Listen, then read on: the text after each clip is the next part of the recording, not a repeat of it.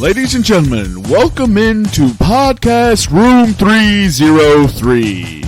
Introducing one co-host with more nuggets than Chick-fil-A, Nick Morahan. Executive producer until we find someone better, Eric Washington. Nobody really knows what he does around here, Nevada Putnam. And now, the single greatest thing to happen to hosting in history, Jermaine Antonio Colon Mendez. On with the show. Ladies and gentlemen, welcome into Podcast Room 303, episode 251.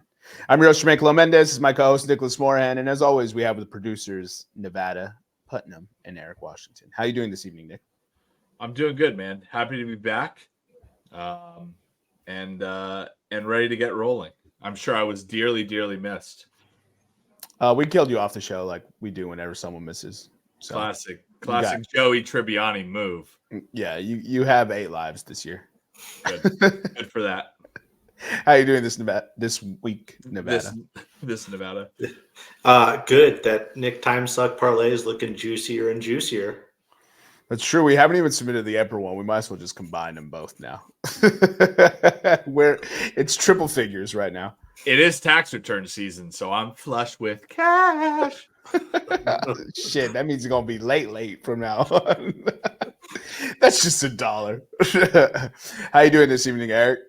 Good, man. Doing good. A lot of playoffs about to start, so really hyped for this episode, and a lot of bets coming your guys' way. Fade us, please. Make a lot of money on our behalf. Only 2 people on this podcast actually look out for the 10s at 10s. That's what I'm saying, man. We'll keep doing it for the Brad, Nick. We're not selfish. I'm out here doing research. I'm out here doing data analytics. I'm pulling in AI. I'm on the cutting edge of getting you the worst bets possible so you can fade them. Yeah. And the thing is, you can't just pick a bad bet. You have to pick a bet that on the surface looks good. I will say in Nick's defense, or to back up Nick, I've never seen anybody pick a parlay and get every pick wrong on a parlay. We actually tried to introduce a rule that if he gets all the legs wrong, he still wins. Yeah, that was a motion I tried to introduce because it's almost harder to miss every single leg. I think it's absolutely harder. I had a New Orleans, Minnesota, Houston money line parlay that I think all 3 teams lost. So you love to see it. Yep. Speaking of, might as well get into head-to-head since we're talking about wins and losses. Right on. All right. So last week, we pretty much stayed true to the podcast motto. Jermaine went 1-2, putting him at 6-39, down 22.31 units.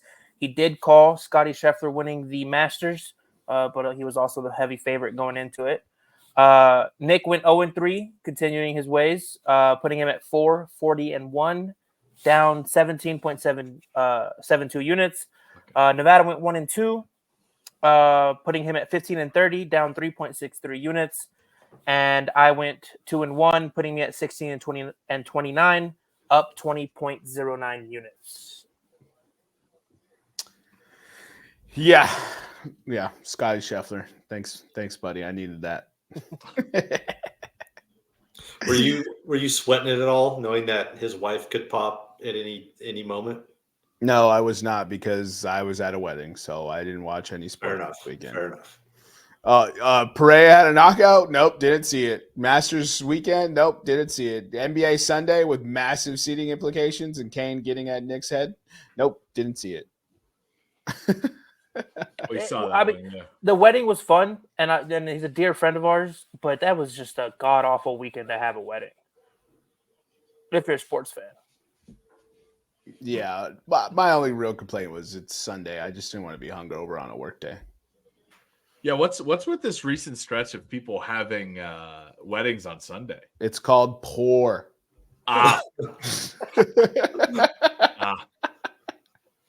I really don't know, man. That's my assumption. I assume it's cheaper. on Sunday. That's my assumption. But as a man who's never been married, can't really give any expert analysis on that. I'll tell you what, I'm breaking it on the podcast right now. When I do get married again, I'm getting an Airbnb for about 2 weeks, and y'all can roll through anytime you want. Sick. You're gonna say the vows for every person. No, we're gonna do the ceremony on a certain day, but a week before and a week after, we're just gonna have people at the house, our best friends at the house, and we're just gonna chill, roll through what fits with your schedule. I'm not trying to do this one fucking day, all that shit. Like, if you want to be there for the ceremony, cool. If you can't make the ceremony, you want to be there the weekend before, dope. Or the weekend after, dope. Yeah, I understand it's their big day and stuff, but it's got to be a fucking pain in the ass to plan a wedding.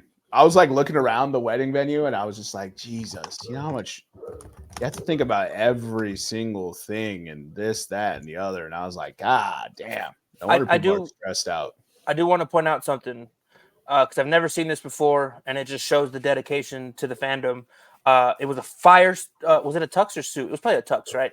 It's a suit. Yeah, it was a fire suit. It was purple. Our friend is a Minnesota Vikings fan. It was purple, and the inside was gold, right? Yeah. It was fire. And all the accents and stuff for the wedding were purple. I mean, hats off, man. That is dedication to your city and to your team, man. Respect.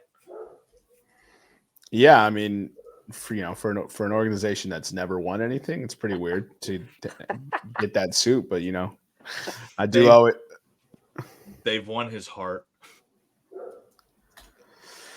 Yeah, I mean, I guess so. Obviously, they made it to the suit. Although the best part of the suit is the part that nobody paid attention to. So that was what cracked me up.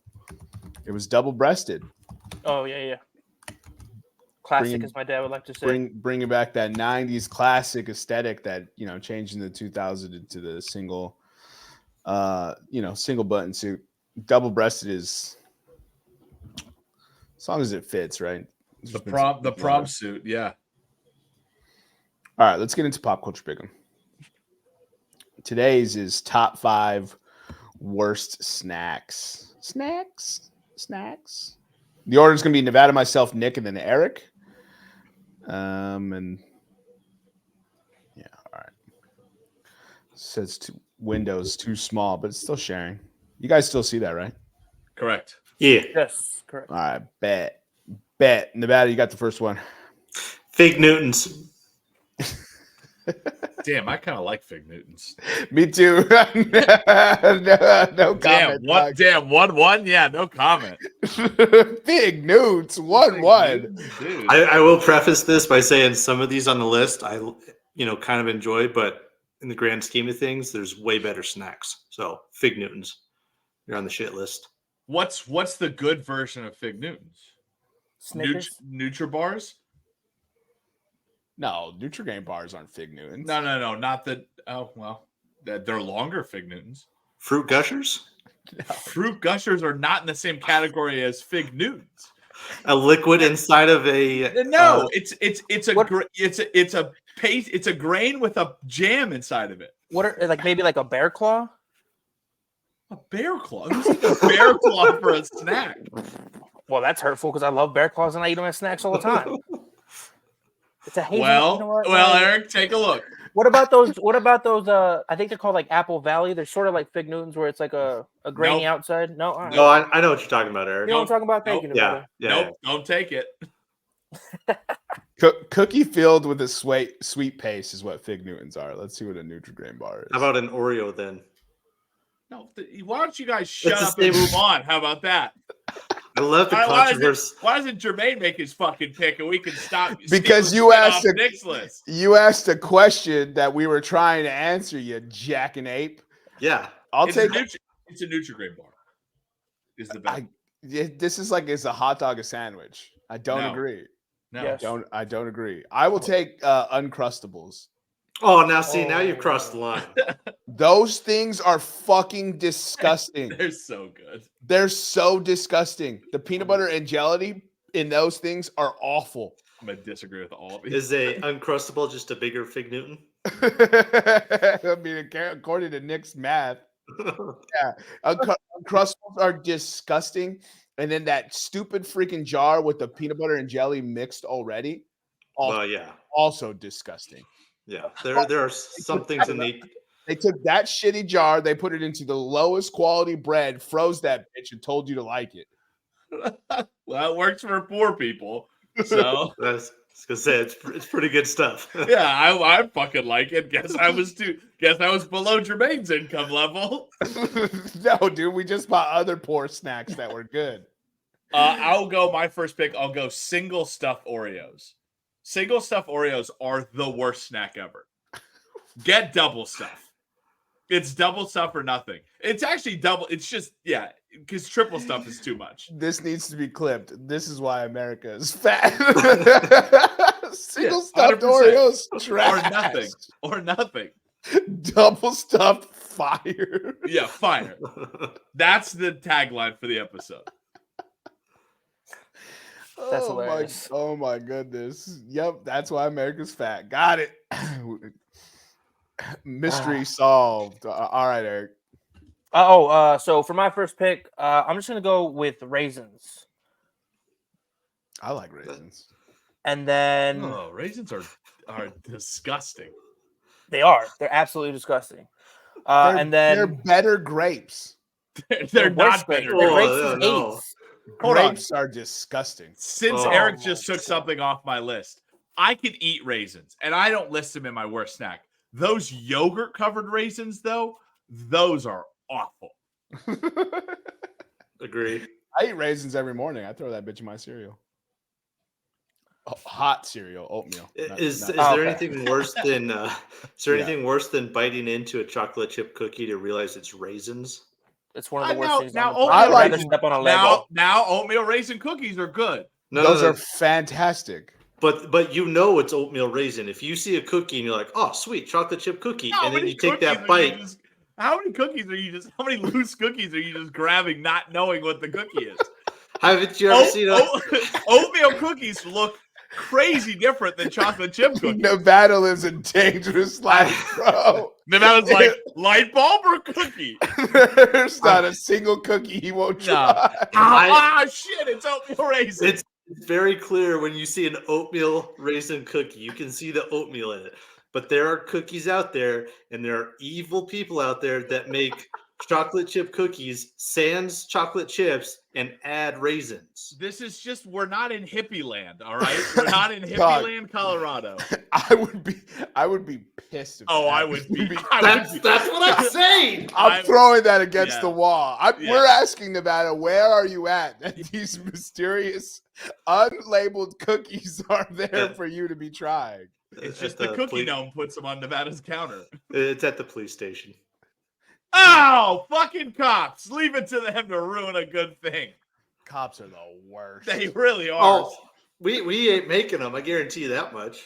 Although some of the wives can make some pretty bomb food too, though. Whoa, Nevada, this is a live line. Whoa, now they know you're banging people's wives. Yeah, no doubt. Whoa. How did we get from Nevada the milkman? Watch out. They can take a $500K suit out against you.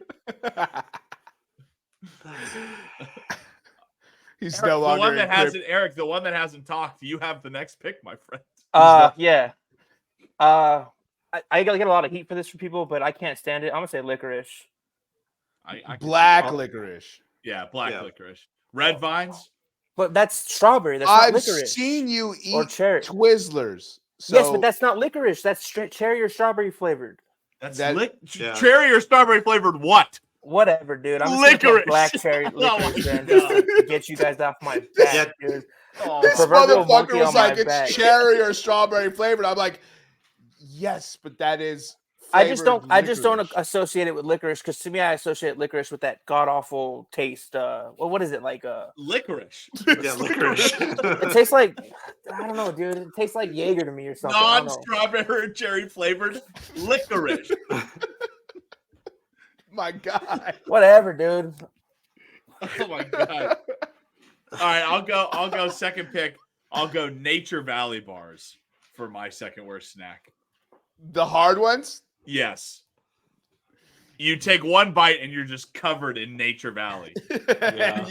Your teeth are. Your teeth are broken. You're covered in every amount of grain possible. Get out of my face. Go out of my face. Your teeth are sharpened because they're practicing on that, dude. All right, so I went with the fire first pick of Uncrustables. I'm gonna go with. I'm going with corn dogs next. Oh. Well, Lottie frickin' da. I guess Jermaine lived in fancy filet mignon land. Dog, if it wasn't Hot Pockets or Bagel Bites, I ain't fucking with it. Corn dogs are so good, dude. Corn dogs are the thing that bothers me the most about corn dogs is they always use the fucking sweet breading and around the fucking hot dog, and it's disgusting. Fuck me up, I've never once had a corn dog. I've never once had a corn dog and been like, you know what? This is absolutely better than a hot dog. Never once has that sentence ever crossed my fucking of course mind. not. Of course. So why the fuck would I not just boil some water and make some hot dogs instead of a goddamn corn dog? So what we were talking about kids pre-show. They now for kids make these maple syrup breakfast corn dogs. Uh-oh. Dude, I gained 20 pounds on those things when Lily was younger, dude. She would have one, I would have like 3, 4 for breakfast. It's a ratio. Dude, it's like size ratio. Nick, you know what the hardest poor man question is when you open that freezer? Do I want an Uncrustable or a corn dog? That's what I ask myself every day. That's what I ask myself every day. Those things are disgusting. Wrong, false. You could just one freezer door over. Just get taquitos. Oh, look at me. I'm Hispanic. He's mad because he knows taquitos are better. No, I didn't have taquitos because we weren't Hispanic. We had good white people food like Uncrustables and corn dogs. Good Midwest food. Good hearty grain food. Oh, it had to have corn. All right. Had to have grain in it. What's your next pick? I'm going to go with Pringles. You've got to be fucking shitting. It's again, Pringles aren't bad, but as a snack, can't stand them. What? As a meal you like them? Thank you, Nick. What?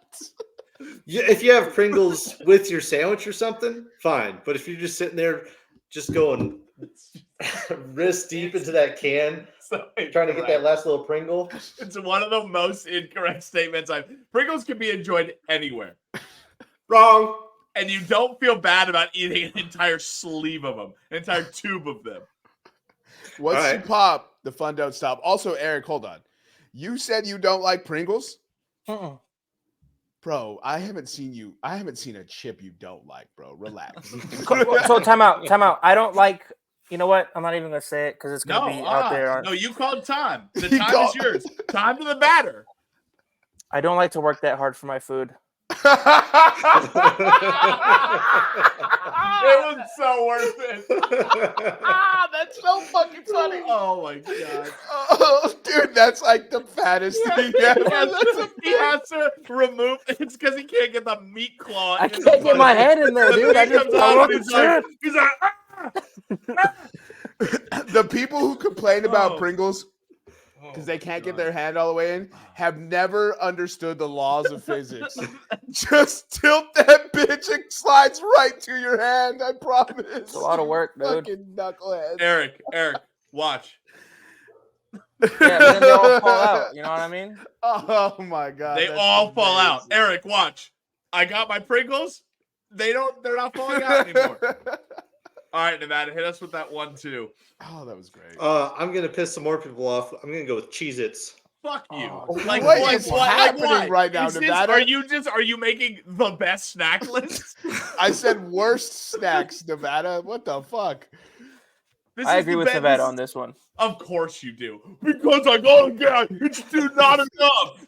They're not big enough to shove in my mouth. You know which ones are fire, Nick? The Cheez-It Duos. Dude, the jalapeno cheddar? Bro.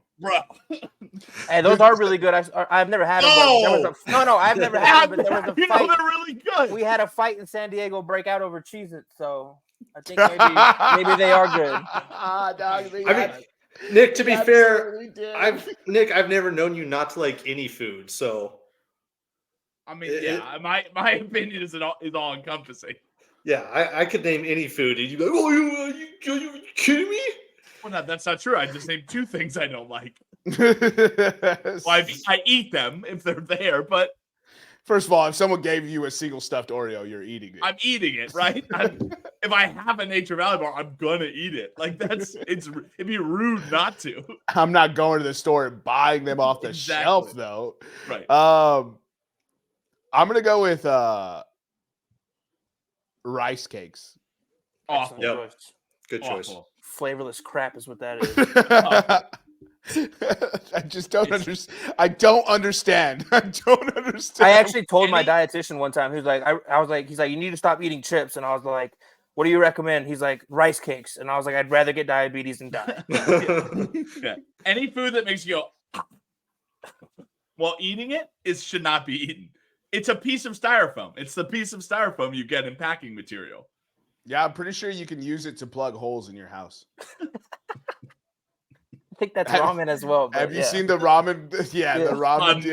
DIY, the ramen Amazing. DIY Yeah. videos. And I was like, Yeah. we're willingly eating those. Yeah. Oh man. Do we consider candy a snack? So like if I said Warheads, Yes. Yeah. yeah, Warheads for me. You're fucking crazy. You're out of your mind. Warheads. No. Warheads. You're crazy. How are we friends? The black ones or the purple ones? I can't remember. Those were the best ones for sure. Nope, the black ones are the worst ones. Those are the So said Eric. Dodge that bullet, you racist Eric. Oh my goodness, dude! How did you not I know was doing that's where good that was today, Nick. going? I was doing good today, Nick, till you ruined it. You were. Yeah, I think so. Dude, Warheads are the best though. The sour and then sweet. Nope. Did Oh. you do you hate Jawbreakers also? Yeah.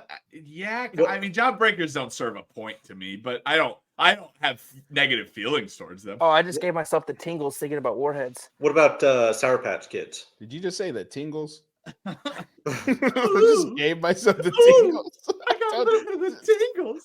In your jaw. Got That's not a tingles in your sentence jaw. I've ever said in my life. Whatever, bro. Eric's got the Just hating, just haters, dude.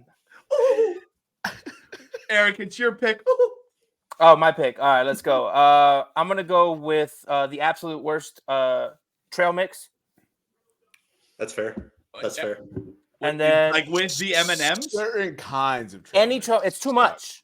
It's too much. There's too many different flavors. too much deliciousness. No, and regular M&Ms are crap, by the way. Whoa, fuck wow. Only only fuck peanut M&Ms are good.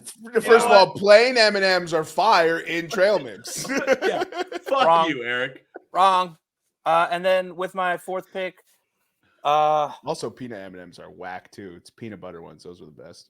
I'm gonna say string cheese.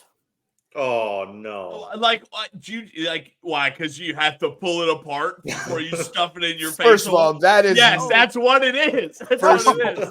First of all, that is not how I eat string cheese. I just bite that bitch. You would just do it like, "Meow," like a log. Yeah. I don't know. It's just I don't know. I just grew up in a house where we had like real cheese, and to me, like string cheese is just Eric, it's just gross. eating string cheese does not make you homosexual. You know that, right? I need you to know that. I just Does Yeah. drinking margaritas make me gay, Dave? PSA, ladies and gentlemen, string cheese eating does not lead to dick Does sucking. not lead to being gay. I'm gonna go caramel apples for my fourth pick. What? Caramel apples are disgusting. When are you eating caramel apples as a snack? Every fucking Halloween. What? I think I wouldn't have bet on that one, dog. When is the Nick? Last time you had a caramel apple? Last Halloween.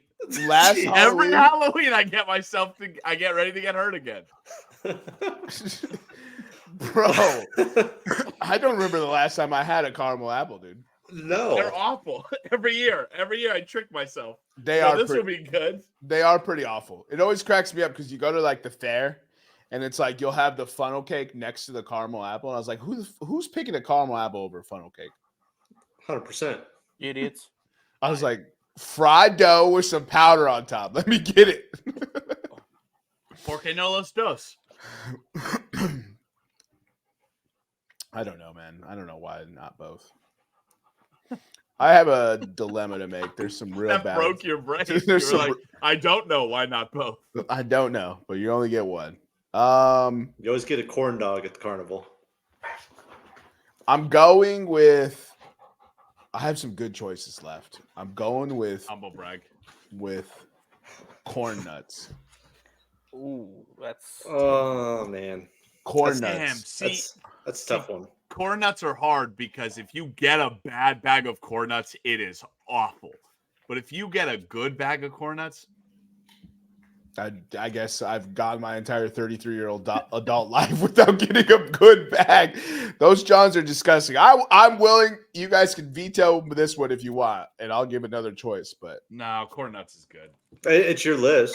Corn nuts is a snack. If that's what you're trying to get us to veto, corn nuts is a snack. Yeah. corn nuts is disgusting. Is what it is. I'd rather have nuts. Big nuts. Let's see, 4 and 5 here. I'm gonna go with Pop-Tarts. Ooh. Too much. Too much dry breading. There needs to be a little bit more filling in there. Too much dry. This is the worst list in human history. I feel like you're trolling with this list. I feel like you really are. I feel like I've seen you eat every single one of these items. And continue to eat. And again, I prefaced it at the beginning. I'm not saying these are bad. I'm just saying they're way better snacks. I don't think you understood. You grew up in a Midwest household. You ate Pop-Tarts every morning. You have your certain Nevada. What's your favorite flavor of Pop-Tarts? S'mores. Point proven. You think about it. Dude, he's proving our point. What is happening right now? Also, I almost put Pop-Tarts on this list, but the Pop-Tarts without the frosting. Because you remember when they made the Vegan strawberry Pop-Tarts? They made the strawberry Pop-Tarts without the white frosting on top. That's the best part. I was like, first of all, they're not healthy. So just keep the white frosting on top so I can throw that in the toaster and it'd be fire. Without the white part on top, it's quickly becoming a Fig Newton. I think what we've done is we've cracked the breakfast code. Everything is basically a Fig Newton. Yeah. Peanut butter and jelly sandwich of basically a Fig Newton. All right, Nevada, give us your last choice of items you actually like.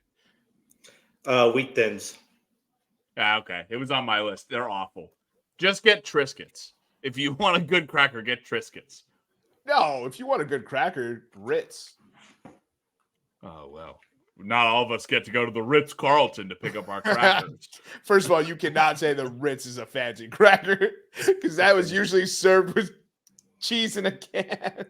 Do you know what I think is very interesting? That like when these snacks were invented, people were like, ooh, a Ritz cracker, how fancy.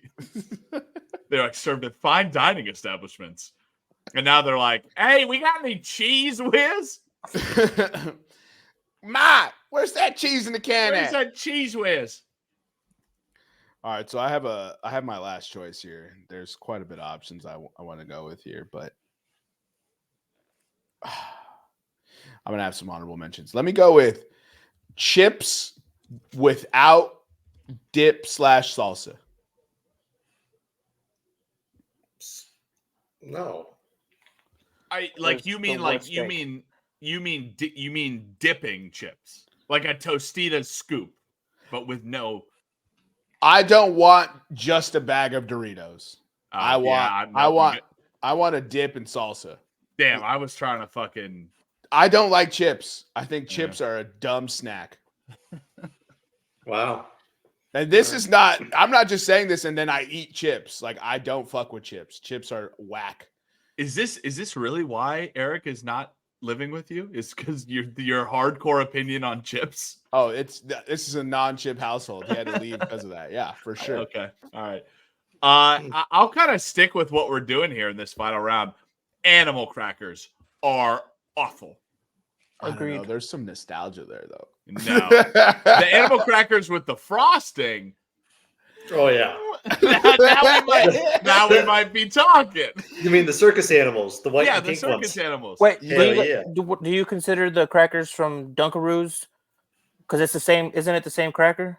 Animal crackers, Dunkaroos, Teddy Grahams, any animal-shaped biscuit material, awful.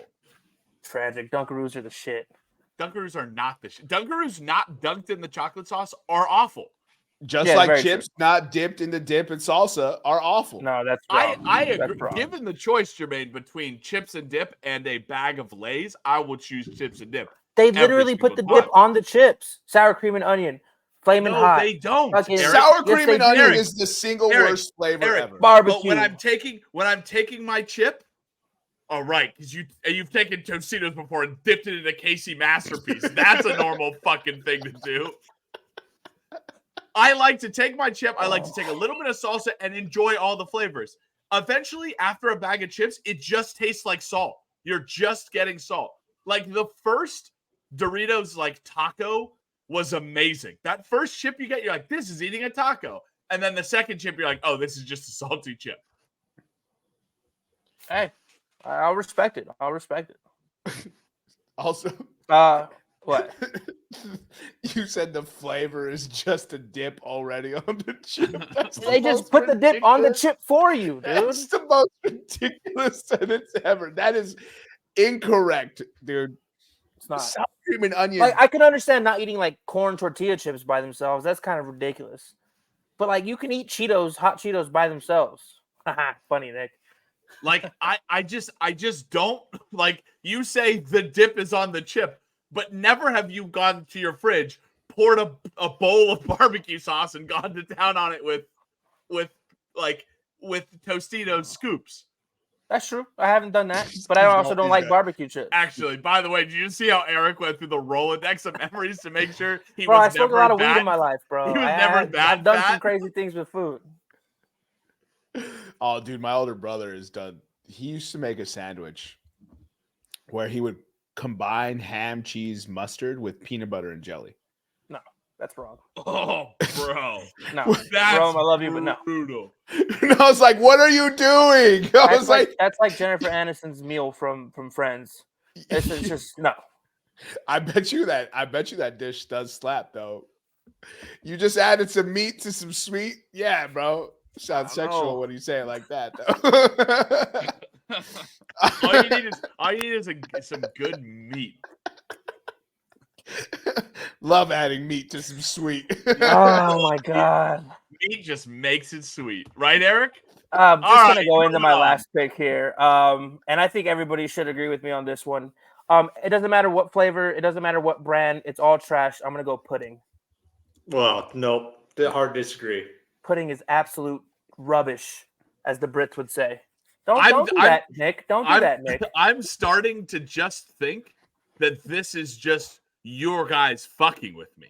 Pudding is delicious. Are you kidding me? Pudding is delicious, dog. Yeah. Pudding Oh is my- delicious. And Eric, Just you eat yogurt. Just eat Eric, yogurt. you as a former fat man should understand that a pudding cup, you can take one spoon, you go, "Nyah, nyah," and you're done, dude.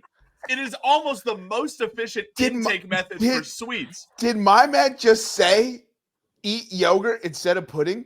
First Yeah. of all, yogurt is not better than pudding, my Yes, man. No. it is. There is zero. Oh, There you guys is are crazy. There is no world I Eric, will live in Eric. where yogurt is Those better. yogurts that than has like it's like cheesecake flavored, and you put the graham Eric, crumbs in with You the. can't. This is fire. not frozen yogurt we're talking about. Oh no, This they is sell like- them at. You can Fucking also put crumbs into pudding.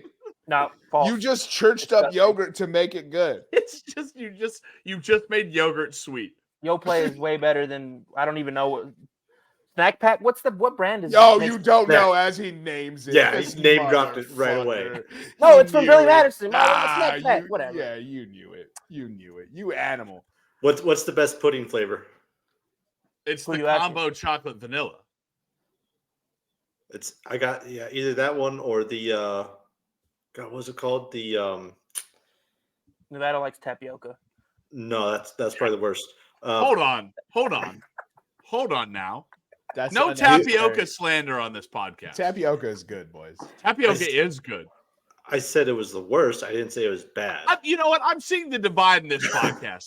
There's creators, the top 2 windows, Okay. and there's executive producers. I'm seeing what's going on here. There's camera facing people, and there's behind the camera people, and I'm starting to see why that divide broke out. All right. Any honorable mentions, boys? I'd like to honorably mention that Nevada's list sucks. Caramel popcorn. What did you just Caramel say? popcorn is god awful.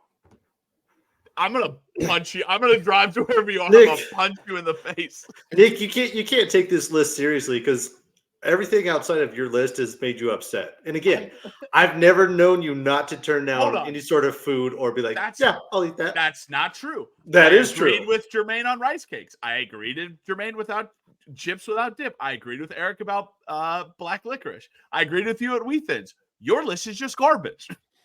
Yeah, your list is. I mean, your list is gonna piss some people off. If I got a plate of your list, I would be so happy.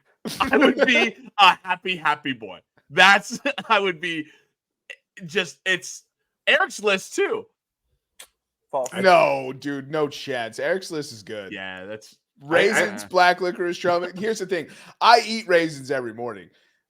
I'm not picking that snack over millions of other snacks. I'm not picking that. You said that like someone who's forced to eat. Jermaine, blink 3 times if someone behind the camera is forced. I like raisins, but I understand. Raisins. I understand why people don't like raisins, though. I eat raisins. You think I want to? No, but I do it. That would be prunes. I wanted to, for an honorable Don't mention, be I a wanted to say prune. this encompass because it encompasses raisins. You guys are probably gonna yell at me, but it's like where you take the peanut butter with the raisins and the celery. What's that called? Ants Ants on a on a log. log. Disgusting. Absolutely disgusting. No, You ants are on a log just. is- I'm booking my flight to drive to punch you in the face. Ants on a log is disgusting. You Yes. didn't have a childhood.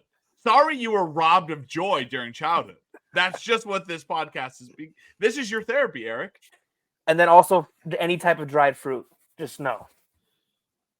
Mostly, I don't disagree with that. Oh, dried mangoes? No dried I fruit. don't know if I've had a dried. Give me the mango. juice. But my thing is just like, why would you dry it out? Just give me a mango. A perfectly good mango was harmed to make this dried mango. Dog. All right. By the way, R.I.P. the juice. No, dude, good riddance.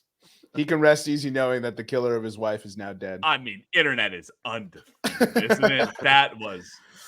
Honorable mentions: pretzels, but the Agreed. hard ones that like come in bags, not soft pretzels that you dip into like mustard 100% agree. and cheese. 100% disagree. Yeah, I mean, What? I'm with Nevada on this one. I'll divide it again. Pretzels are good. The hard ones? Yeah. Even yogurt pretzels are trash. Yogurt pretzels are trash. Yes. Yes. Because they're covered in That's yogurt. the guy who says yogurt is better than pudding. No, I like yogurt, but you put pretzels with it, and it's just disgusting. You can dip pretzels in pudding and it would be delicious. Oh, You dip it in yogurt, it's disgusting, Eric.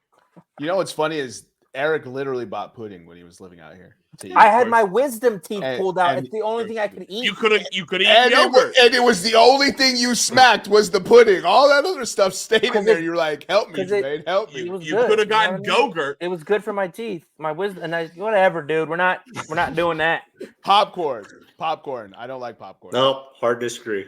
Yeah, I'm disagreeing with I don't want popcorn, anything so- that leaves a little flake in the back of the throat. You know what I mean? All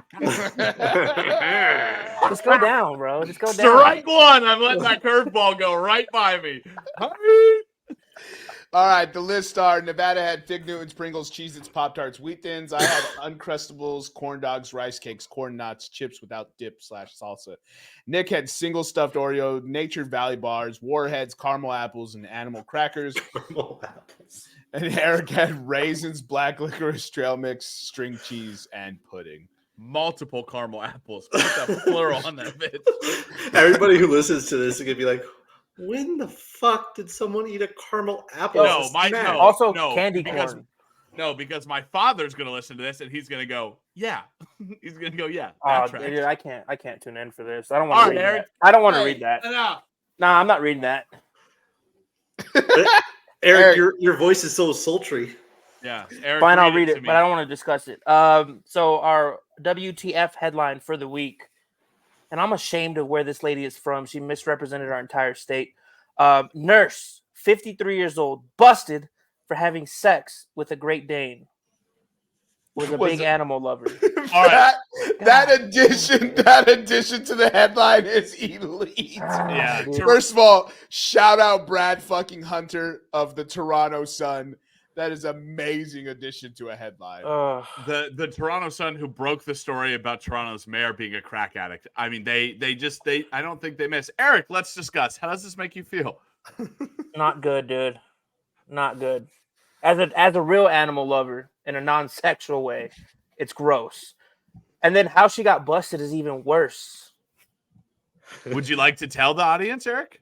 I don't remember the full details, but apparently her husband was like walking around jerking off in public, and they arrested him and went through his phone, and Scroll down. they found the videos.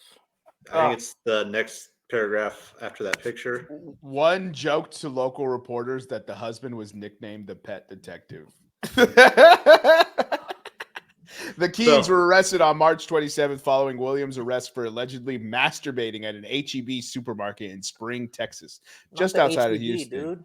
The father of two, this man has procreated twice, ladies and gentlemen, who goes by Mitchell. With humans, by the way, not dogs. Is that not his name? who goes by Jesus Mitchell? Christ. Why is it phrased that way? Is accused of pleasuring himself while following children around the store. Can we just move on from this story? This is just vagrants. So when detectives searched Mr. Dude's phone, they got a shock of a lifetime, alleging that in addition to dozens of child porn videos, they also found one video featuring his wife engaged in what cops described as multiple sex acts with a dog. Brutal. Yeah, they deserve to go to jail, dude. No, they You know what? Die. You know what I bet that dog's least favorite snack is? Oh my God, Nevada, don't. Peanut butter. Oh my God, Nevada. They probably love peanut butter. Oh, he's a Navy veteran, by the way. Of course he is. It's a rite of passage. That is inappropriate, Nicholas. Just, inappropriate. You win some, you lose some. That joke fell a little flat. So, Hayes gay underway. Oh, that's yeah. They rescue two children. That's awesome. 18 and 10, along with 3 family dogs. How quickly do those kids have to drop out of school for being bullied? Just endlessly. I don't know if kids are going to bully them for that one. Yeah. I wouldn't bully a kid for that one. No, well, you're a decent person. Well, let's not go that far. That's brutal. I said decent. Let's not go that far. I've got an image to maintain, Eric. All right, that's enough of the what the fuck headline. Nevada, stop searching where you search, man. Yeah, get off Reddit, dude. It's starting to get concerning, the shit you're saying. Stay off Reddit. Never. I'm all about gallows humor, but Jesus, Nevada. Let's get into the NHL playoffs, shall we? Hell yeah. Alrighty. NHL playoffs are here. Eric, when did the playoffs start?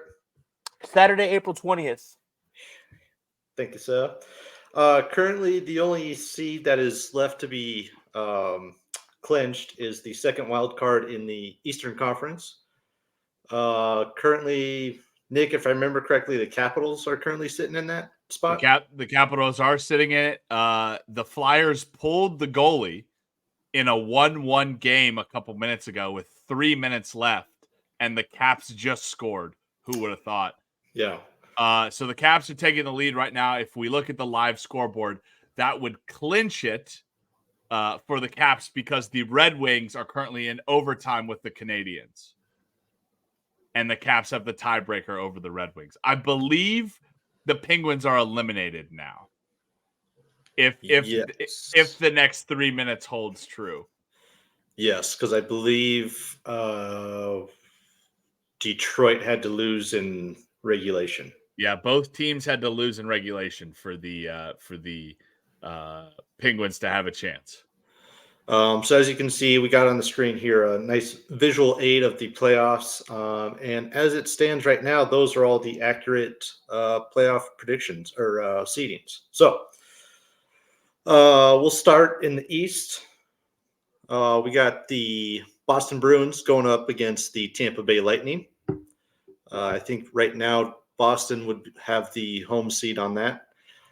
The Florida Panthers will take on Nick's favorite playoff team, the Toronto Maple Leafs. Let's go Leafs. The president winning team, who most points in the league, is going to be the New York Rangers. Looks like they're going to be taking on the Capitals. Somehow the Capitals made it in this year. Negative 37 goal differential. Yeah. That's because I picked them. That's why they made it. Talk about falling in backwards. The Lane Kiffin of the NHL. Yeah. And then the Hurricanes are taking on the New York Islanders. Nick, of these four matchups, is there one that you see as in relative terms, a blowout, and one that you see going the distance? I can see now. I really, really would like the Rangers to be a blowout over the Caps, but that with the Rangers in contention to win the President's Trophy right now, I'm very, very hesitant to say. I'm actually going to say that Rangers Caps one is going to go the distance. I think the Hurricanes wax the Islanders. Yeah, I think that's fair. The Islanders have been decent, but not, enough just to get in the playoffs. But the Hurricanes, kind of like Dallas, we'll get to them in a little bit. They have been arguably either 1A or 1B in the East, and you hardly hear anything about them. They had a good trade deadline. They play great team defense. They have for years now. New York Islanders are or can be incredibly boring to watch. Like if they score 2 goals in a game, you're like, holy shit, they're scoring a lot of goals. So if Carolina wants to play that game, they can, and I think they can beat the Rangers or the Islanders with that one. I did just look at the standings though, and excuse me, the Islanders are 8-1-1 in their last 10. The Hurricanes are 8-2, but that's a hot Islanders team. Yeah, I think. Let me pull it up again. I think the Canes have the home ice on that one. Canes do have the home ice. They've won 5 in a row and 8 of their last 10. Yeah, I think the best series in the East is going to be the Panthers and the Leafs. That should be fun. Panthers came out hot. They were great all year. They were leading the league points wise for quite a while, which is pretty impressive considering they just got waxed in the Stanley Cup playoffs just a few months before the season started. But the Panthers are a complete team, offense, defense. They're a prick to play against. They're physical. They got Kachuk and Sam Bennett, who are playoff bodies and have that playoff style. The Leafs, I don't know. The Leafs are the Leafs. We know that. Has it been 30 years since they got to the second round last year and then promptly bowed out. But it is bad. The Leafs track record. The Leafs are going to go with, their top guys. So Austin Matthews, who currently is 1 goal away from hitting 70, which is pretty absurd. He's playing ridiculous this year. Yeah. So him, Marner, Nylander. Every year it seems that Nylander shows up in the playoffs. Matthews kind of, sort of, and that's about it. So their regular season production really falls off in the postseason. I don't know what it is. Their goaltending hasn't really done anything to improve since last year. It's kind of uninspiring, but there's going to be a lot of people on the Leafs because they're kind of seen as like the Dallas Cowboys of the NHL. For some reason, they're, hockey's team or whatever. So, and then Boston and Tampa, that's just like a classic playoff matchup. Do we get playoff Vasilevsky? He's had a down year for sure. Kucherov has been on a tear. It looks like he'll probably win the Hart Ross, which is most points. Boston's Boston. They got a great 1-2 punch in net. So, do you guys want to make any picks for these for the East? I'm so sick of the Bruins. I know they're like your grandpa's team. They just keep getting older and older, and they're still there. I want them to lose, but so are the Lightning. The Lightning have been on this. They came to fruition when the Blackhawks dynasty was kind of coming to an end. So to see them still around and kicking is pretty annoying. Yeah, I think I got Bruins and Panthers advancing. Yeah, I'm gonna say the same thing. I got Bruins and Panthers. And then I want to pick the Rangers to advance, but the President's Trophy is a kiss of death, man. And I know the Capitals aren't very good, but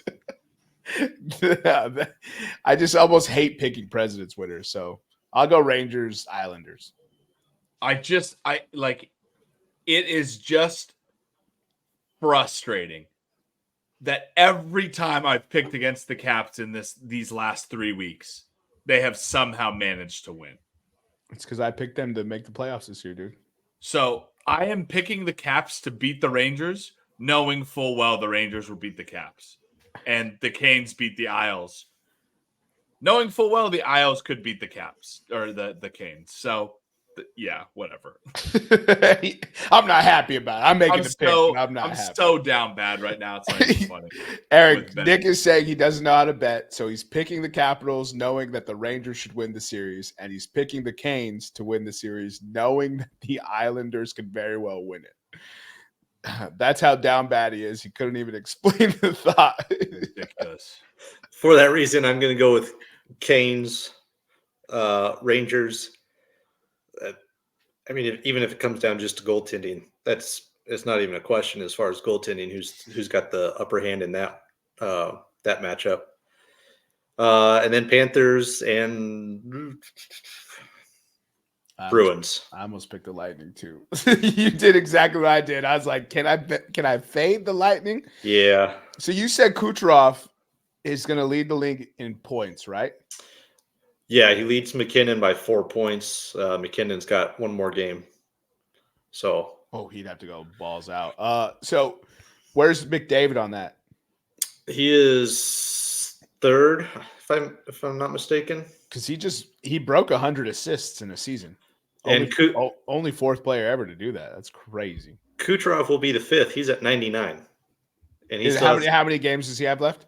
One more game. One more, so he can break 100 as well? Yep.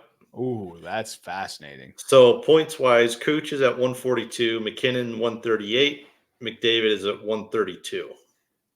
Okay. And then, like I mentioned, Matthews is at 69 goals. He'll probably get the next one. I think they play tonight, if I remember correctly. They're playing right now. Yep. And let me check real quick. I think this is the last game. They're playing the Panthers right now. Yeah. Oh no, they play tomorrow night as well. So if Matthews doesn't get it number 70 tonight, he could maybe do it tomorrow night. So you'll have a 70 goal scorer and 100 point assist guys in 1 year. That's crazy. Also, NHL set the single season attendance record this year. Like total attendance.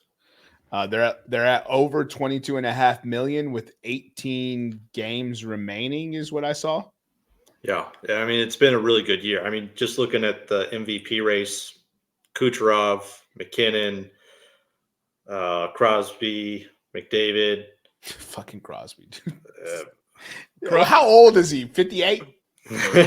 35, but he is the only reason the Penguins had a chance to the last 2 days. Yes. He had, I think he had a 6-game stretch where he had the most points in his career sans 2012, 2013.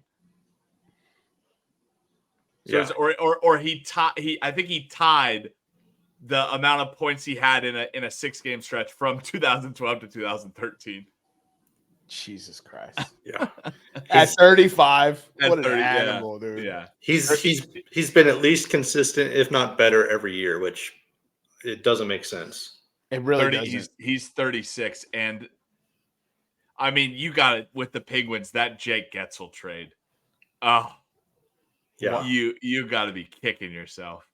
They shipped him out, didn't they? Yeah, because they were out of it. And then Sid the kid went bonkers. And then Sid said, "All right, fuck you guys." So does Sid retire after this year? No. Does Sid get traded? No. No. He was on the trade block this year, though, wasn't he? Yeah, but it's going to take too much for the other team to trade him. He would have to basically throw a bitch fit and say, "I want out of Pittsburgh." Crosby a bitch fit? No. And he would have to do it in the sense that, like, Tarasenko did this year, where he's like, "I'm only going to go to Team X." Yeah. That's the only way his trade value would go down. He's just way too valuable. Almost makes me seem like you would want to trade for him. Like, But if I'm a piece away, like, well, and there was teams looking at it, and I guess the Penguins were asking, it was either 2 or 3 first-round picks, a top 5 prospect, and a player to play right now. Jesus Christ. Yeah, it's a fuck ton. Yeah, 2 or 3 first-round picks, I understand. But then when you added the other 2 things, I was like, Yeah. So I don't see him getting traded, but I'll give you 2 firsts and a top 5 prospect. Thinking, I mean, talking about how good this year has been, I don't remember seeing a year where this many teams were over 100 points, or close to it. Like in the West, the Blues are going to miss the playoffs, winning 56% of their games, and the Blues are missing the playoffs by 5 points right now. Yeah, when it comes to those wild card spots, you usually got to hit right around 94 points. They're sitting at 91, and that's why they're just outside. Yeah. So, yeah, they also play in the Western Conference, right? Yeah. So that's the other thing. Like, the Western Conference is absolutely ridiculous this year. Yeah. So, like Jermaine alluded to, the Western Conference, it's a slobber knocker conference. We got Dallas pretty much clinched the number 1 seed. Looks like they'll be playing Vegas. Winnipeg will be hosting the Avs. That's a guaranteed playoff series. The Vancouver Canucks kind of stormed out and made a playoff spot. Looks like they're taking on Nashville Predators. And McJesus's Oilers will be taking on the LA Kings. Anything pop out at you of those matchups, Nick? How much credit, Nevada, do you give to Western Conference teams have really locked up the playoff spots for a while now? Think a week and a half. Yeah. And we're seeing that in their last 10 games, right? You look at the Golden Knights 6-3, the Nashville Predators 4-5-1, the Kings are 5-5, the Canucks are 5-4-1, the Avs are 3-5-2, and the Winnipeg Jets are 6-3-1. How much credit do you give to those 10 game streaks coming into the playoffs? It's just the nature of the beast in the West. If you're not doing making those kind of marks in your last 10 games, you're either losing seeding. Granted, they are far enough ahead where they're probably going to get in the playoffs regardless, but right. This is not a conference that you want to be going into it cold or on a downhill slope, because everybody else is going to outpace you and outmatch you. Which for me, I don't know which. I guess maybe the Oilers and Kings is kind of the one that you would say is probably going to be the quote unquote easiest. I think the Oilers take care of that one probably in 5 games. The Kings just don't quite have the team. were struggling quite a bit this year, but still were able to sneak it in there. I mean, you look at Dallas. We talked about Nashville during the trade deadline where they were 18-0-2 in their last 20. I mean, that's the nature of the West. You have got to be on your game, and you've got to be putting up wins. I think, kind of mentioned it earlier, Dallas, granted, they're probably going to be the 1 seed, but they have basically flown under the radar the entire year, and they're probably the best team in the entire league. They come up against a uninjured Golden Knights team, though. Yeah. Red Wings just won, by the way, boys. Yeah, it was already gone. I will say this. I am excited for every playoff series in the West. And you know, I think Dallas is I think Dallas is going to ultimately, you know what? Actually, no, I'm not. I think Vegas wins that series in 7. I think Winnipeg wins pretty easily. I'm going to say 5 or 6.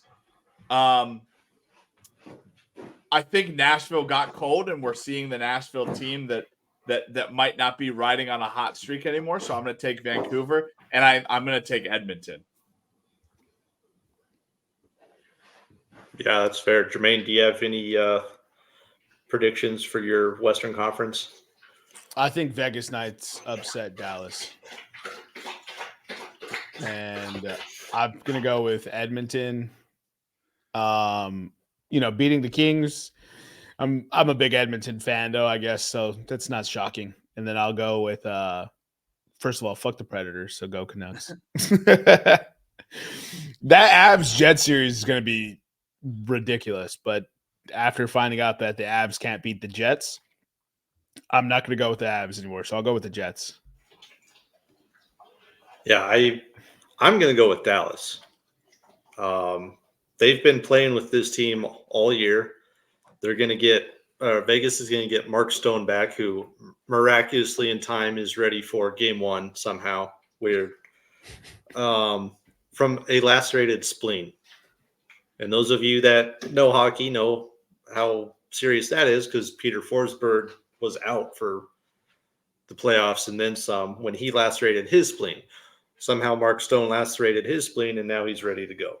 It was a minor laceration. Not all lacerations are the same, Nevada. Yeah. But enough to put him on long-term injured reserve. Whatever. Yeah. Fuck off, Vegas. I like Dallas. Like I said, they've been playing with that team the entire year. They know what they are. They know their chemistry, stuff like that. I expect Mark Stone to step in and be just fine, but it might take a minute. But I like Ottinger. He was the goalie for Dallas. He started off as being one of the best goalies probably in that first quarter of the year. Dallas has the 5th best power play in all of hockey. The Jets and Avs, I'd love to be a homer here, but I don't have any faith in the Avs. Their goaltending has dropped off. It's been frustrating as hell. I watched that Stars game, and I was watching that goalie was fighting for his life. Bro. Yeah.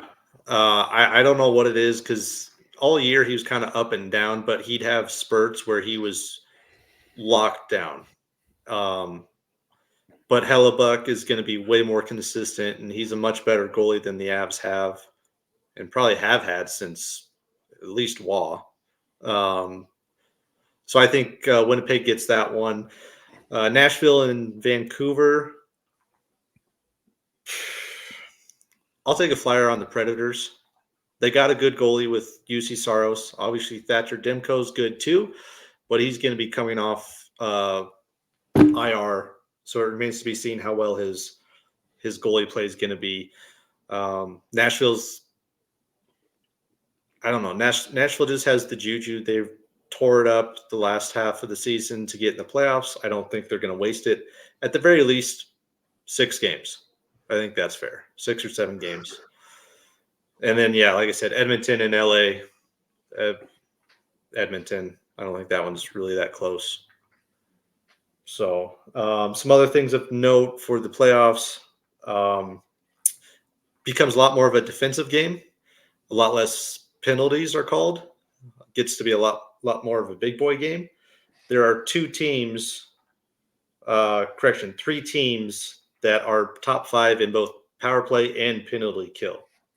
And both of them are in the East. And that'd be the Tampa Bay Lightning, have the number 1 power play, number 5 penalty kill.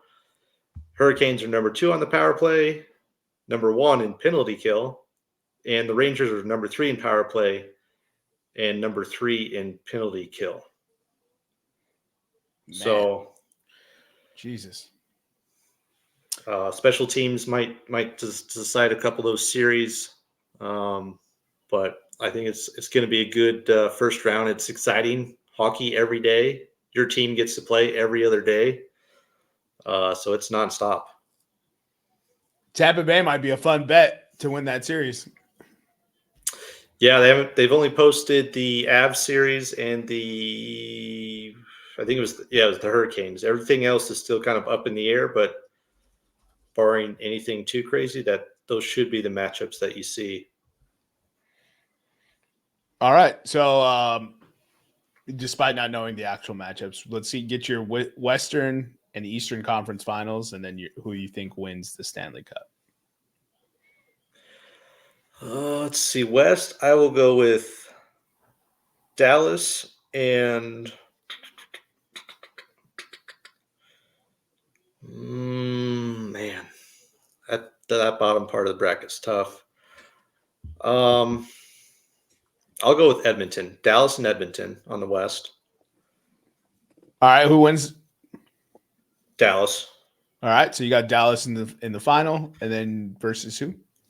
Let's see. I'll go Panthers and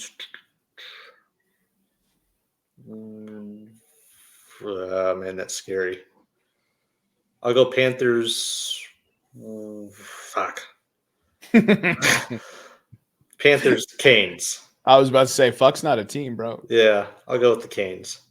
And you're going with the Canes over the Panthers? No, I will go with the Panthers. All right, so the Panthers make it all the way back to the final, face off against Dallas this time. Who do you got winning between Dallas and the Florida Panthers? Dallas. He's so not happy to say that out loud. So, Yuck. Nevada's got Dallas beating Florida in the final. 5 games? No, that'd be a slobber knocker. 7? Yeah, 6 or 7 for sure. All right, Nick, yours? I will go Winnipeg and Edmonton in the conference finals. I think Edmonton finally gets over the hump, mainly because all the good teams in the Western Conference that I thought could have beat them went ridiculously cold. Edmonton wins the West. I'm going to say Bruins and the Canes in the conference finals, and the Canes are not going to get through the bugaboo that is the Boston Bruins. I'm going to say Bruins win the East. And just because it was such a fun year to watch hockey, it's going to end in the lamest way possible, and the Bruins win the cup. Bruins win the cup in. I'm going to say Bruins sweep the cup. Just the most exciting season comes to the lamest end. Bruins sweep the cup. Disgusting. Disgusting. I'm going Vegas Knights versus Oilers in the final for the West. I'm going to take the Edmonton Oilers to get over Vegas and make it into the Cup final. And then I'll take the Florida Panthers versus the New York Islanders in the Eastern Conference Finals. And I have the Islanders upsetting the Florida Panthers. Then I'll take the Edmonton Oilers to beat the New York Islanders in 6. That's what I got for that one. That was anticlimactic. Everyone stop talking.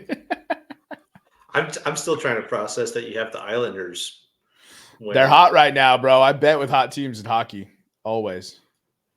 Fair enough. Always. That's how the Florida Panthers made it to the Eastern Conference the actual finals last year.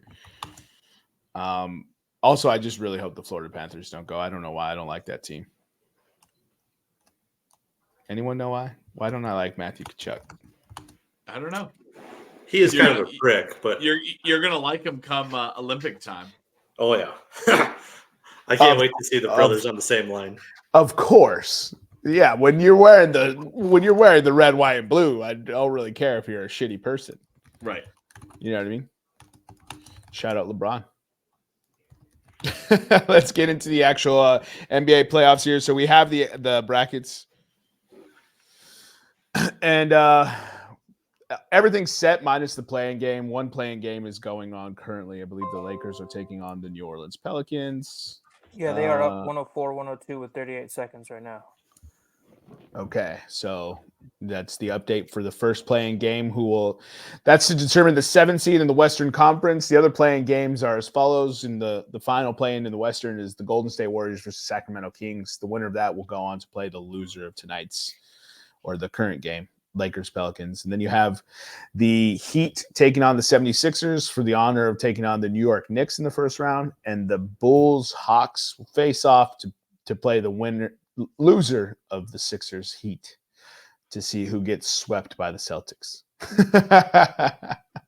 Because the Celtics are breaking news, good at basketball. Hashtag. So the 1 seed for the Eastern Conference, as I just mentioned, was Boston Celtics. Then New York Knicks are 2 seed. Cavs are the 4th. Bucks are the 3rd. Cavs are the 4th. Magic are the 5th. Pacers are the 6th. We don't know the final 2. And in the Western Conference, we have OKC. You heard that correct, ladies and gentlemen. Oklahoma City Thunder are the 1 seed. Denver Nuggets are the 2 seed. Minnesota Timberwolves are the 3 seeds. Los Angeles Clippers are the 4 seed. Dallas Mavericks are the 5 seed. And the Phoenix Suns are the 6 seed. Anything immediately jump off the screen at you, boys? I think you just said it. What the fuck is OKC doing? They should be in these little squares on the left side. They shouldn't have a 1 next to their name. That's an error. That is clearly a fucking typo. It's the youngest team to finish first in the conference ever. I will be the first to raise my hand and say, all I heard about in my basketball media following was how unbeatable the Nuggets are this year. And then I look at the playoffs, the standings a week ago, and I'm like, well, hold on. They're not even the best team in the West. What the fuck is going on here? There is actually NBA Sunday, the final Sunday of the regular season, was absolutely bonkers. We knew the 20 teams that were going to be in the play-in playoffs, but we didn't know where any of them really were except for the Clippers Mavericks.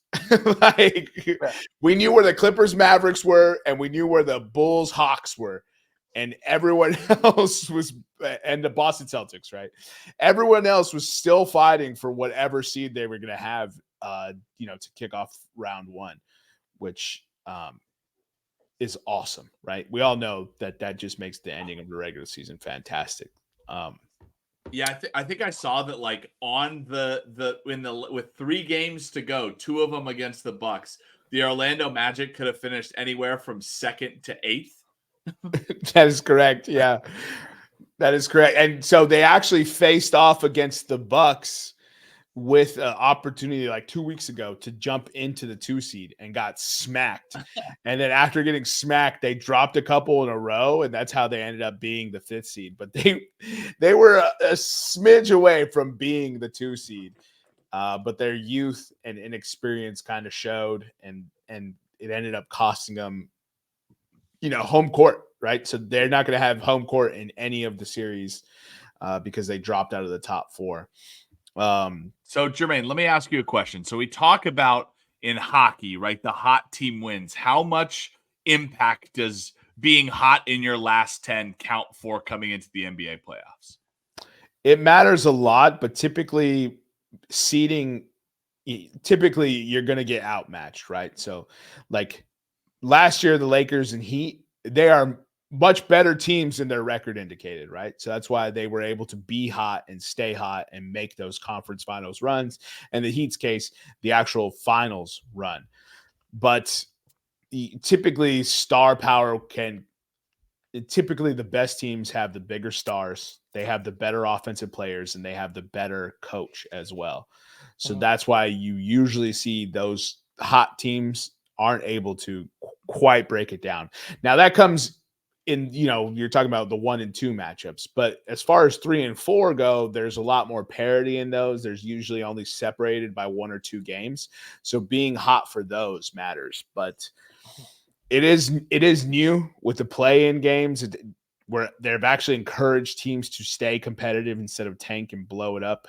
And they actually changed the way officiating was officiating post All-Star break. They actually posted on Twitter rules of emphasis that they were starting to implement post All-Star break. And it actually was being officiated more like playoff games for the final 2.5 months of the season. And it was absolutely electric basketball. You had a ton of teams making these strong runs to just make the play in. Shout out to Houston Rockets. They lost Alperen Sengun, sunk their opportunities.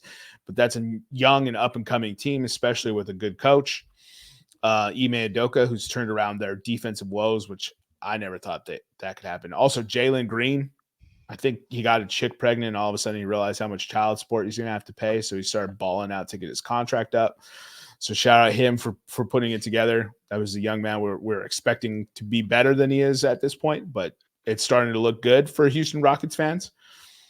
But yeah, typically I'm not riding the hot teams the way I'm riding hockey.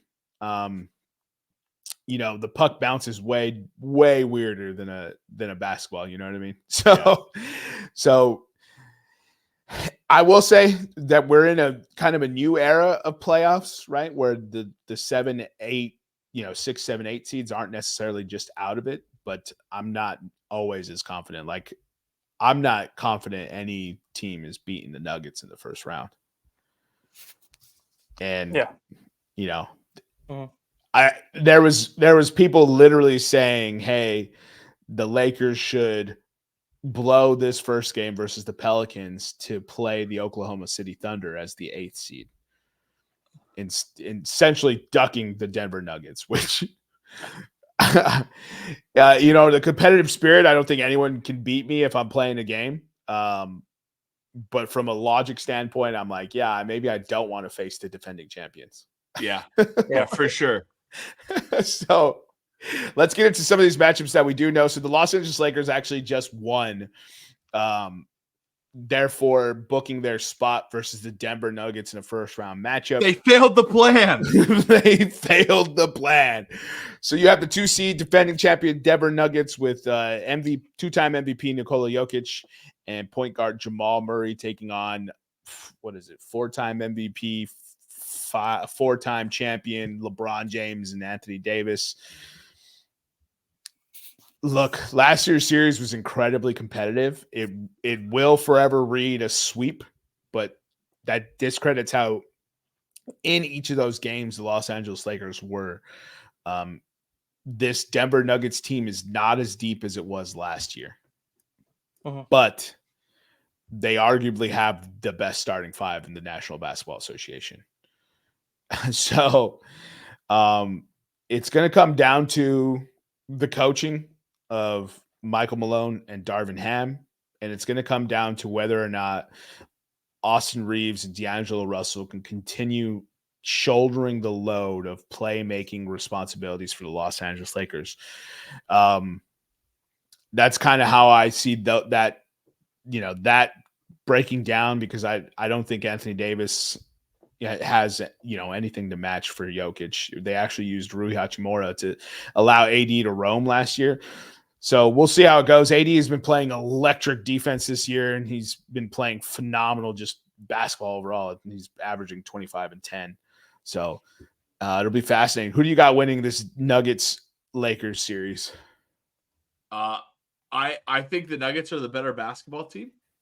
I think they've beaten the Lakers 3 times this year. But because I think all these unchangeable facts. I'm going to say the Nuggets win, but it's going to be in 7 games. Nuggets win in 7. I think so. My thing is like, I'll say this every time. You have to beat LeBron 4 times, Right. which is a big ask. So 7 makes a lot of sense. Eric, who do you got winning this one? So just to go back to a previous question that you asked, about the whole overall playoffs for the Western Conference. And I picked my play-ins based off what I think the NBA wants. I think what would be the most exciting matchup, because if you look at it without the play-ins, you have LA and Dallas, the Clippers and Dallas. In 2001, that was one of the best series we've witnessed in a long time. These teams are going to be excellent. Then you have the 3-6 Minnesota versus 2021, sorry. And then you have the 3-6 Minnesota versus Phoenix. That is basically elite offense versus elite defense. And then if it plays out the way I picked it to go, the Lakers are going to play the 7, are going to get the 7, which they did, and play the Nuggets. And then the Pelicans will get the 8 seed and play the Pelicans, which is just going to be a fascinating young series, right? But back to the so for the Lakers Nuggets, it's going to be the Nuggets in 4. I may give the Lakers 1 just because it is LeBron, but I have the Nuggets in 4 to sweep. They're not as deep like you said, but just I don't see a weakness in the team.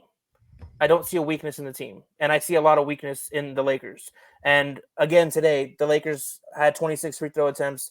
The Pelicans had 15 free throw attempts.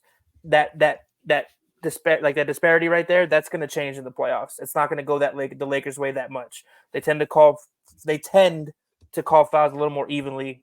So I do think the Lakers get swept against the Nuggets. Not in last year's Western Conference Finals, though. Yeah, but look what happened. Yeah. And then we will do that, Nick. We'll go ahead and get into the next seed. So who faces them was Minnesota versus Phoenix. So everyone has Denver advancing over the Lakers. Minnesota taking on Phoenix, as Eric alluded to. Minnesota Timberwolves have one of the best defenses in the league, but they've actually lost 3 of all 4 games to the Phoenix Suns this year. They got swept because the Phoenix Suns have a mid-range game, which is arguably the hardest spot to defend on the court. So that sets up an interesting parity. I believe this is going to be an Anthony Edwards breakout series, but they have to face Bradley Beal, Devin Booker, and Kevin Durant. So who do you guys have winning this one? I have Phoenix 6. Cat coming back from the injury. They haven't found a way to beat Phoenix. I see Phoenix in 6. Why do I feel like this is a rivalry that Minnesota can never overcome? Why do I feel that? Is that a wrong statement? Well, you had KG and Steve Nash in the 2000s playing against each other, and KG never had a good enough team to get over the hump. Right. So, and then, other than that, Minnesota doesn't really have a lore. Yeah. Well, I mean, just recently. Yeah, I think that's a fair assessment, man. Okay. Then I got Phoenix, and I don't necessarily think it's close. I think I'll take Phoenix in 5. Okay. The only way Minnesota wins the series is if Anthony Edwards announces himself on the stage. And I don't trust Anthony Edwards' individual shot selection enough to get them over the Phoenix Suns hump. So I guess I'm betting on the side of seeing them been there, done that. KD, Devin Booker, and then Bradley Beal is back and actually playing really well for them. So to that point, the Phoenix Suns held Anthony Edwards to 14.4 points per game, which was a whopping 12 points lower than his season average. And they forced 11 turnovers. They forced him to have 11 turnovers in 3 games against them. So they defend him very well. And when that happens, that team ends up relying on a 3, and they shot 29.6% from the 3 against the Suns this year. So, yeah, the Minnesota, I've been saying it all year. Their defense is phenomenal, but they don't have an above average offense, and an above average offense isn't going to win in the postseason. So I'll take the 6 seed Phoenix Suns getting over the hump to face the Denver Nuggets. Who do you guys got winning between the Phoenix Suns and Denver Nuggets, which is also another rivalry? Nuggets. I for some reason, and I don't know why I can't shake this. I don't trust this Nuggets team in the playoffs right now. I'll take the Nuggets to win, but I think they win in 7. I don't think you trusted the Nuggets last year either. I don't think I followed the Nuggets last year. Oh, all right. I'm going to take Denver. I'm going to take Denver to make it to the Western Conference Finals as well. I think that Phoenix versus Denver will go 7, just purely because they have Durantula on the other side, versus Joker. They have Booker versus Jamal Murray, and Booker versus Jamal Murray is going to be must-watch television. It's going to be 2 dudes going at each other, hitting the most ridiculous shots. So that's going to be awesome. Let's get into the top side of the bracket. We have the Oklahoma City Thunder taking on one of 3 teams: New Orleans Pelicans, Golden State Warriors, Sacramento Kings. You guys can pick who you think is going to come out of the play-in, and then tell me if they're going to beat the Oklahoma City Thunder.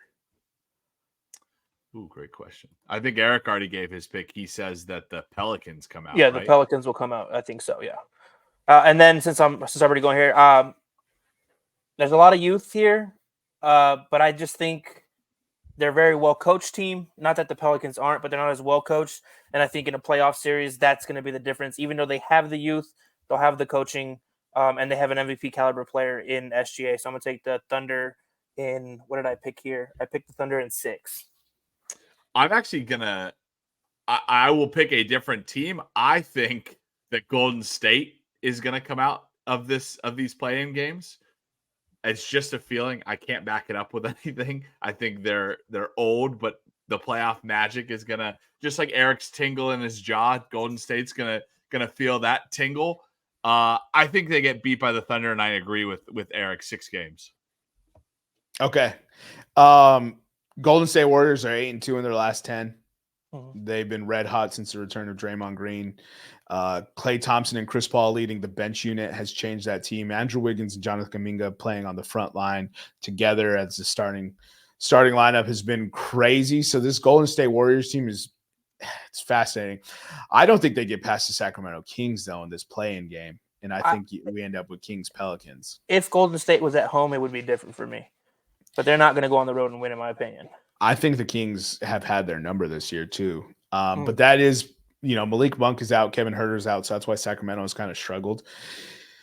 It's a coin toss for these 3. I want to go Golden State as well, but in my heart, I'd rather see Zion in the playoffs. So I'm going to go Zion versus Chet Holmgren in the postseason. And I'm taking, obviously, my OKC. So I got OKC. Now that OKC doesn't have to face the Lakers in the first round, I got OKC going to the Western Conference Finals because that matchup was scary for me. Anthony Davis could definitely defend Chet Holmgren. LeBron could definitely bully ball their front guys. So it would have been very fascinating to see the Lakers take on the Thunder. And then we'll move into probably the most fascinating Western Conference series. They played each other twice before. They have absolute bad blood. Paul George, Kawhi Leonard, and them boys do not fuck with Luka like that. So, you have James Harden. Can he get over the bugaboo of the playoffs? They have Russell Westbrook playing an unbelievable 6th-man role. It's awesome to see him evolve his game this late in his career. And then you have an incredible defensive unit from the Los Angeles Clippers, especially the way Ty Lue deploys them. The Dallas Mavericks have been one of the most hot teams to close the season. But if you look at the quality of opponents they played, I think only 4 of those teams were at 4 or 5 of those games were actually play-in/playoff teams. So you got to take that with a grain of salt. Luka Doncic is probably going to win MVP, and he is arguably one of the most efficient playoff offensive players in NBA history already in his small sample size. So who do you got winning that series? They got in. Yay. The Mavericks finally overcame the speed hump. I think they get beat by the Clippers in 6. Okay. Clippers in 6 for Nick, and you, Eric? I have Dallas in 6. I just think they have Luka's the best first half scorer. Kyrie's the best second half scorer. And if this is gonna sound crazy. I know you're gonna get judged for it. But if I had to pick like 3 players that I just know are clutch big game players, Luka and Kyrie are both on that list for me. And I just think they're not going to shy away. We'll probably get 150-point game out of both of those guys. It's So, ridiculous. He's I know. He's gonna shade Kawhi like that and not I'm say gonna that shade he's like a Kawhi like that. clutch He's- big game moment. He- yeah. How many bounces? He's limping into the playoffs already. How He's many already bounces? limping into the playoffs. How many bounces? We're not talking about the past. Talk about the present. You're not going to get under my You just brought up clutch. You can only Hey. talk about past games with clutch. I'm Eric, talking about this season. Ho. I'm just kidding. Oh my god, Nick! I hope you win the lottery and lose the ticket, bro. hey, started with nothing, still at the bottom. This series is going to 7, and the Los Angeles Clippers will beat the Dallas Mavericks purely because their head coach is way better. And they have home court advantage. So I have Clippers facing off the Oklahoma City Thunder in the second. I'll have Thunder versus Nuggets. I'm going chalk on this side of the bracket. And I'll have the Thunder beating the Nuggets in 6. Who do you guys got advancing out of the Western Conference? I got Nuggets versus Dallas. Nuggets in 7. I'm gonna say this is a scrappy Thunder team. I think the Thunder wins in 7. I don't know why I don't trust this Nuggets team, but I'll take Thunder in 7 to win the Western Conference. All right, 2 Thunder, 1. You said Nuggets over Mavericks, right, Eric? Yeah. All right, so Eric has Nuggets. We have the Thunder. Those are the only 2 teams in the West besides the Clippers that I really think have the chops to win a 16-game tournament. So I think that's a fair assumption. We all know that the Thunder, I've been riding the Thunder for a while, so I'm not changing now. And I got them making it to the finals. All right, let's get into the Eastern Conference. We have the Knicks taking on the winner of Philadelphia and the Heat. Who do you guys have winning that one? Philadelphia. I'm not going to give any argument to back it up. Philadelphia's going to win that game easily. He said easily. period. He said 20 to 25 point victory. Period. I think Philly wins the play-in game. I think the Knicks win the series in 5. Knicks Wrong. win the series in 5. Yeah. Wrong. Okay. Who do you got winning that series? Sixers in 5.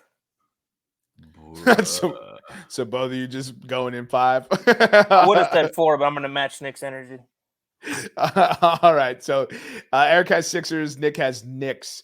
I have the Sixers coming out of that play-in tournament out of the Miami Heat. The signs that we saw last year for a budding Heat run, I don't see that same thing right now. And I think there is only one team in the Eastern Conference who can possibly challenge the Boston Celtics to make it out, and that's the Philadelphia 76ers. When Tyrese Maxey and Joel Embiid have played the games together, I think it's about 38 games they played together this season, they have averaged 122 points per game offensively. The best offense in the league this year has been the Boston Celtics. They have averaged 123 points per game this year. That is the only team in the Eastern Conference I can see beating the Celtics. And therefore, I'm already foreshadowing, but I have the Philadelphia Sixers advancing to the Eastern Conference Finals. Ooh. I think they smack the New York Knicks due to the injury to Julius Randle and due to the fact that they've added Buddy Hield, and Joel Embiid plays fantastic with guards who can run 2-man game options to get wide open threes, which is why he cooked with JJ Redick, which is why he cooked with Seth Curry, which is why he cooked with Tyrese Maxey, which is why he's going to cook with Buddy Hield. And I think that the Knicks being injured and the way Tom Thibodeau deploys his team and just buries them with minutes, I think the Philadelphia 76ers will beat the Knicks. He literally played DiVincenzo 52 minutes in the last game of the season. 53. 53 minutes. 53 Yeah. minutes. That's crazy. Yeah. Then the next matchup we have is we'll do the next play-in. So Chicago versus Atlanta. Or sorry, just pick the team you think is going to advance from the remaining 3. Miami, Chicago, and Atlanta. And then they face the Celtics. So who do you have, boys?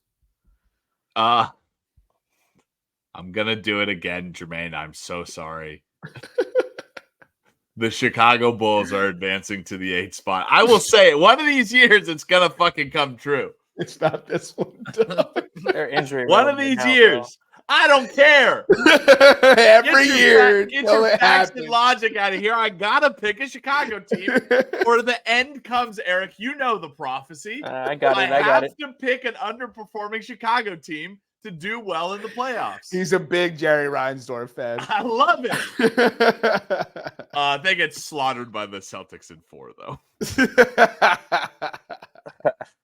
I got Miami coming out, and then I got Boston in 5. All right, that's fair. All right, so I think Miami comes out, and I think Miami takes him to 7, but Boston gets over it.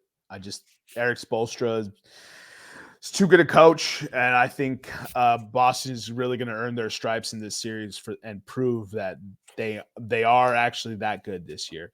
Let's get into the 4 versus 5 matchup. We have the Cleveland Cavaliers playing the Orlando Magic, and this is like, man, whichever team wants it less is going to get it. That's what this series feels like. Yeah. Cleveland with their big 4 sucks. I can't. Orlando is too young. I'm so twisted on this series. And I picked Orlando in 7 just because I'm twisted and because they surprised me and because, well, fuck it. I'm not a North Carolina fan anymore, so I'm going for Banchero. That's the most begrudging, I guess, the Magic. Dude, I have no idea because both it's just one team shouldn't be there and one team massively underperforms for who they have on their roster. Yeah, this one feels like it's going to 7, and then you just pick who you want to win, dude. We have a lot of great mind moments. That sentence was literally about to come out of my mouth. This game is going 7. I like the Cavs. If you like the Magic, cool. I agree with that too. I took, you know what I did? I think game is going 7, and I'm giving it to the team with home court advantage. That's what I'm doing. I'm throwing my hands up and I'm saying, okay, I guess.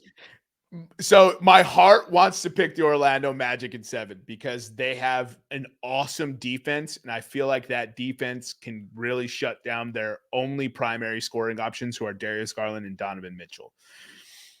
Donovan Mitchell is special in the playoffs, though. He is. And so I'm like, fuck. Jazz. Fuck. I think Cleveland continues to underperform and Orlando shocks the world. I'll take the Orlando Magic in 7. I will not bet money on that, though. I will. Keep the money. All right, so now we're into the most fascinating rivalry in this postseason. Yes, I said that over Clippers Mavericks. The Bucks Pacers have hated each other all year. They've gotten into fights every single game they've had this season. The Pacers eliminated the Bucks in the in-season tournament and got chippy afterwards and didn't want Giannis to have the game ball and some bullshit. That all happened this year. I know the season feels like it was forever.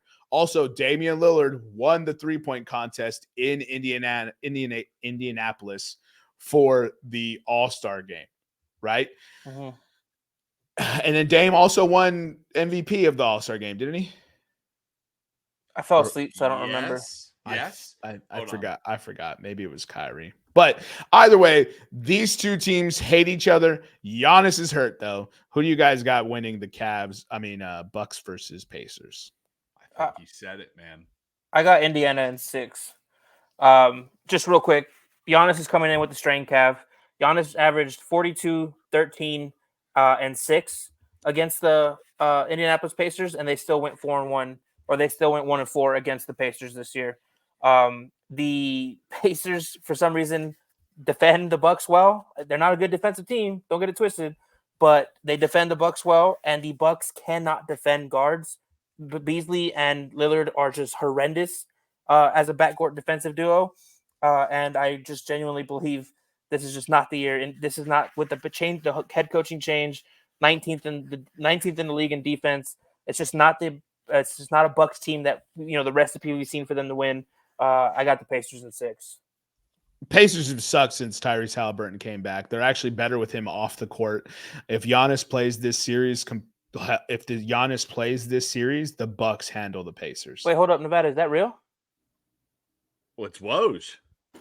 Giannis is out. Yeah, that was first round or for the first game. I'll double check for you. 'Cause if it's the first round, I'm changing it to Indianapolis in 4. Damn, I think the 4? Bucks could still beat the Pacers without Giannis. This Pacers team is not that good. I just think So- the pace of the Pacers is going to kill the Bucks too. But go ahead, Nick. So this is why I asked the question, right? Because looking at the standings, it's extremely intriguing to see a number 6 or a 6 seed Pacers team that's coming in 7-3, playing a 3-7 Bucks team in their last 10. Initially, I had this Bucks pretty easily because I asked the question to you, Jermaine, and you answered it by saying it doesn't really matter except for the 4-5, the 3-6 matchups. I'm going to go Pacers in 7 to win this series. If Giannis is out, Pacers win. I think the Bucks can still win it, though. That's how bad this Pacers team is. Especially on the defensive side. This God-awful. Pacers team is awful. It's awful.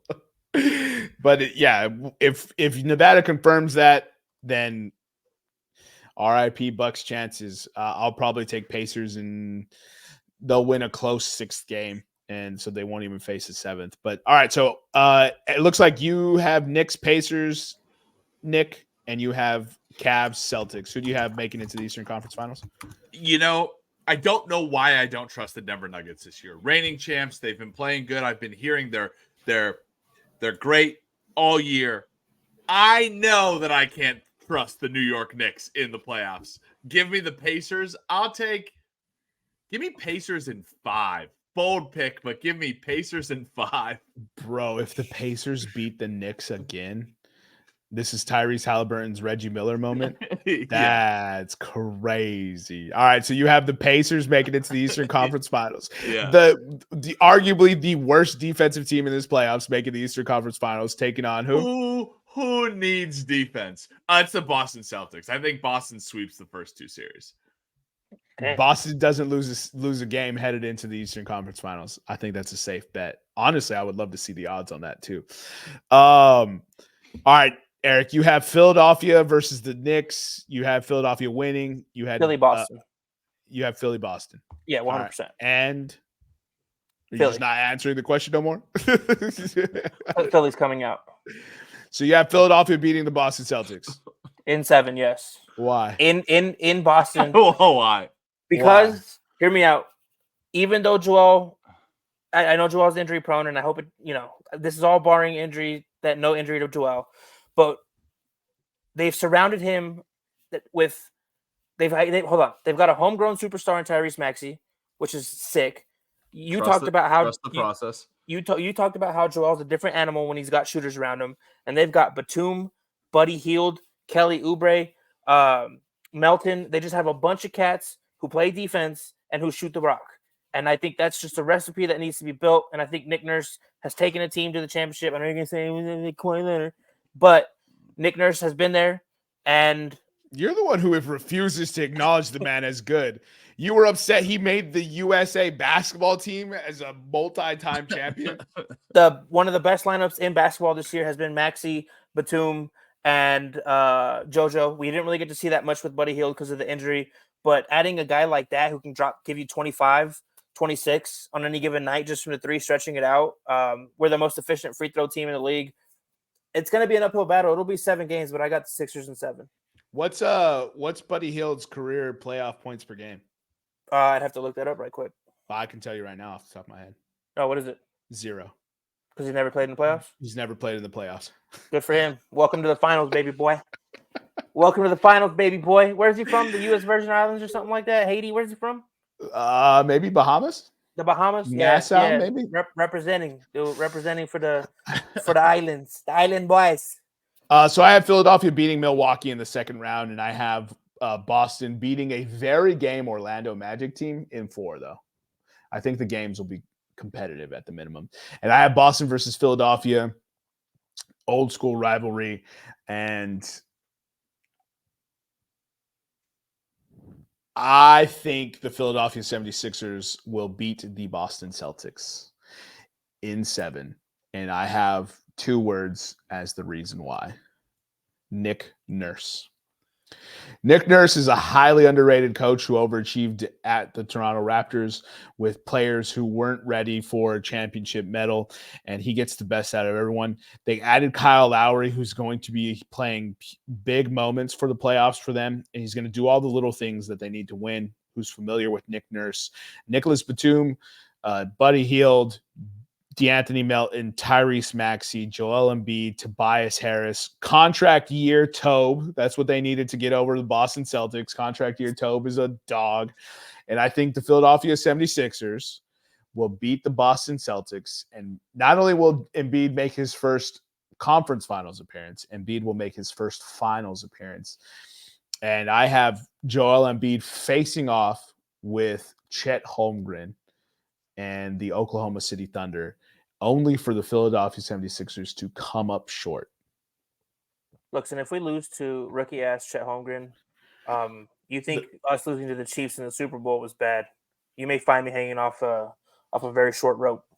That's not a funny joke because that doesn't sound like a joke. But that's who I have winning it all. So who do you got? So I got Nuggets Sixers in the finals. We are finally going to figure out who the best big man in the league is. And unfortunately, for some podcast members here, it's not Joker. It's Joel Embiid, who's going to outperform Joker in the playoffs, in the series. But the Nuggets will win the series because it's Philly, and we're not going to win the championship. So the Nuggets go back to back. So confident to get them there. He won't even explain his reasoning, but they get there and there's no chance. There's no chance they win a championship. Nevada, who's taking the notes for our wins and losses right now of the series, says, Embiid's finally going to play in Denver, huh? Hopefully. Is on the flight there. And you, Nick, who do you got winning your East versus West matchup?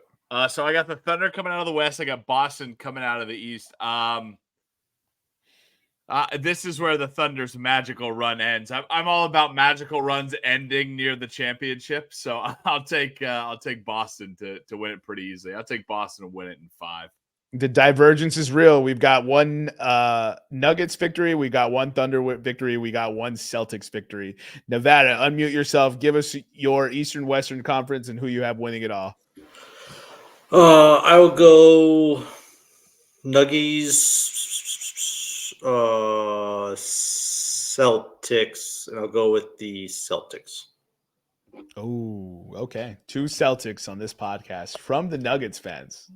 Try not to jinx themselves. I know what you guys are doing. All right, you guys got anything else for the 10s and 10s? Go Birds. No, I'm just kidding. I'm sorry. Grease the poles. Go Birds. Jeez. There it is.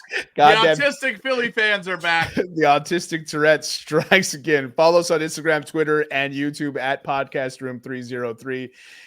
Follow our sister pod, Revenge of the Pod, on all things socials and your streaming platform of choice. For myself, Jermaine Colon Mendez, for my co-host, Nicholas Morahan, for our producers, Nevada Putnam and Eric Washington, we'll see you next time when you come on down and step into the room.